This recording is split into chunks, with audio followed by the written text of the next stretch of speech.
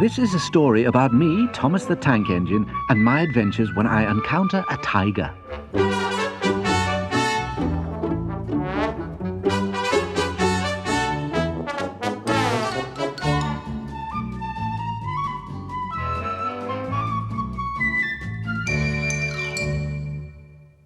One day, while Thomas was waiting at the station, he heard some children from the local school talking about a new wildlife park which was opening soon on Sodor.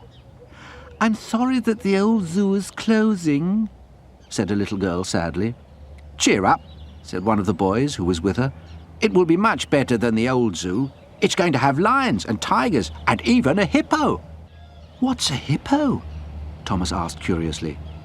"You'll soon see," said his driver. "You never know. We may even have to carry some of the animals to the park ourselves, ready for the opening." Thomas was very pleased to hear this. He wondered if he would be allowed to carry the hippo. Before long, the animals began to arrive. Some came by lorry to the wildlife park, but some also came by rail. Thomas and the other engines waited excitedly to find out which animals they would be carrying. They worked very hard, pulling extra trains to transport the different animals. The giraffe couldn't fit into the cattle truck, so he had to have a special wagon built for him instead. They had to make sure that he did not travel under any low bridges because of his very long neck. Everyone liked the elephants. They swung their trunks and trumpeted loudly as they clambered up the ramps into their trucks. All of the engines were very excited about their unusual cargo of animals.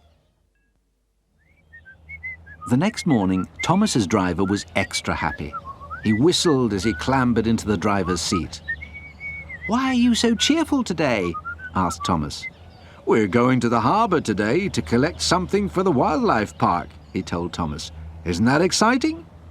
Thomas peeped his whistle in agreement. "I wonder what it could be," Thomas thought quietly. Maybe it was a hippo. At the harbour, an enormous crate awaited them. Thomas heard a curious meowing noise coming from the crate. "What's inside?" Thomas asked his driver. "It's a tiger and her cubs," he explained. The tiger had come all the way by boat from a zoo abroad. A crane gently lifted the crate onto the truck. They didn't want to scare their special cargo. Thomas's driver made sure that the crate was securely in place on the truck. Then Thomas set off carefully, chuffing through the countryside with his precious load. At the station, Thomas waited patiently while the big crate was unloaded. "Careful, Bert," said the foreman to the forklift driver. "There's a big cat in there, you know." "Well, it's certainly the biggest cat basket I've ever seen," exclaimed the forklift driver. He hadn't realized that the foreman was talking about a tiger. The forklift truck trundled off with the crate to load it onto the back of a lorry. The tiger and her cubs would be going the rest of the way by road. Thomas was sad to see the tiger go. He'd been proud to carry such a noble and beautiful animal. And she was certainly one of the most unusual loads he had ever transported. "I wonder if I shall see her again," Thomas said to his driver. "You will one day soon, I'm sure of it," his driver replied. "The new branch line to the wildlife park will be open any day now." Near the station, there was a disused engine shed. The rails to the shed had been taken up years ago, and the track that was left was strewn with weeds and old sleepers. The men used it for storing things they did not use very often. It was full of rusty cans and old machinery. The windows were broken, and a spider had made a huge web around the funnel of an old engine. People rarely visited the shed at all, except for the odd occasions when they might be in search of spare parts. Later, when Thomas was passing the shed, he thought he saw something moving inside it. It looked stripy. "That's strange," Thomas thought to himself.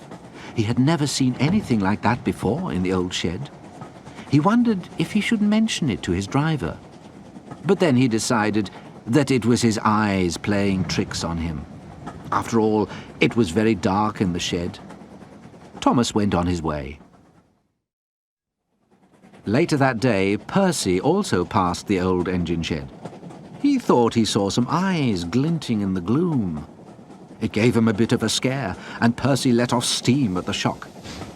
Suddenly, the eyes disappeared. "That's strange," Percy thought to himself after he had recovered from his fright. He had never seen anything like that before. He resolved to talk to Thomas about it. "I can't understand it," he told Thomas. "It was as if someone or something was watching me. Do you think someone else is playing a trick on me?" Thomas thought hard for a moment. He remembered the stripy shape he had seen while driving past the shed. Could it be a coincidence that both he and Percy had caught sight of something strange in the old engine shed? "Percy," said Thomas, "you've just reminded me about something unusual that I saw earlier too. This will require further investigation." "You are kind, Thomas," Percy said. "I just hope no one's trying to make a monkey out of me, that's all." The next day, Thomas was at the station. He was listening to his driver talking to the fireman. "It says in the newspaper that a tiger has escaped from the wildlife park," said the driver. "Is it the same tiger that Thomas carried from the harbour?" the fireman inquired. The driver was amazed. "Why, yes, it is that tiger," he replied. "And her cubs, too," he added. "I wonder where they could have got to." "I don't know," said the fireman. "They could be anywhere by now." "You'd think someone would notice a tiger walking down the street, though," the driver laughed. Thomas smiled. He knew where the tiger was. He thought of telling the driver and fireman straight away, but then he relented. "No, not yet," he thought. "I'll wait until we get to the sheds. I'd like them to have a stripy surprise." The driver and fireman spent all day keeping a good lookout for the tiger, but they never even saw a whisker.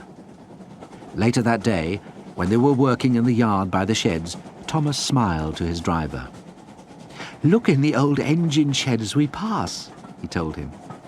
When they came close, Thomas slowed right down to give his driver the chance of a good long look. His driver leant out of the cab and peered into the gloom of the shed. "Why, look," he exclaimed. "It's the tiger and her cubs." "That was very smart of you to find them, Thomas," the fireman added. "How did you know where to look?"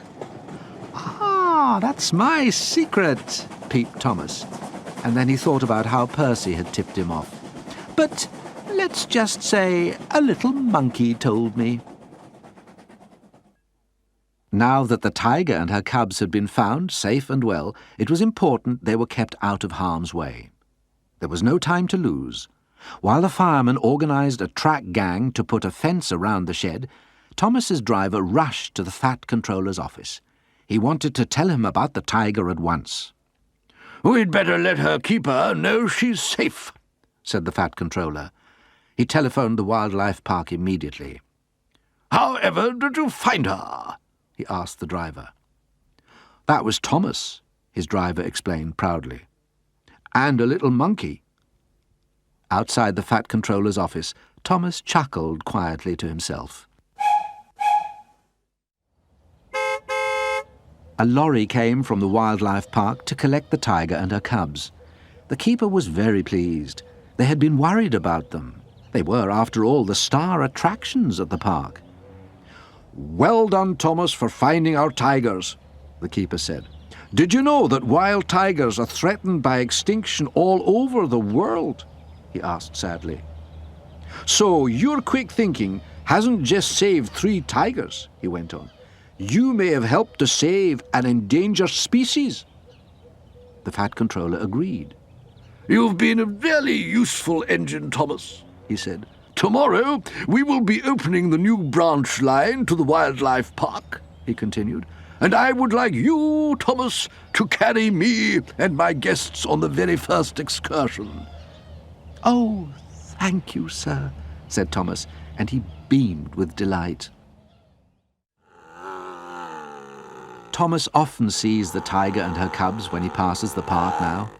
They look much more at home in the wildlife park than they ever did in the dirty old engine shed. He feels very proud to have rescued the tiger family and to have helped to save an endangered species from extinction. As a special thank you, the keeper named one of the tiger cubs Thomas. Thomas was pleased, and he couldn't stop talking about it in the engine shed for months afterwards. He even wanted to have a new stripy coat of paint just like a tiger's, but the fat controller soon put a stop to that. Thomas was too honest to take all the credit, though, and he was careful to tell the tiger keeper how Percy had helped as well. So they named one of the new monkeys Percy in his honour. Needless to say, Percy never talks about it.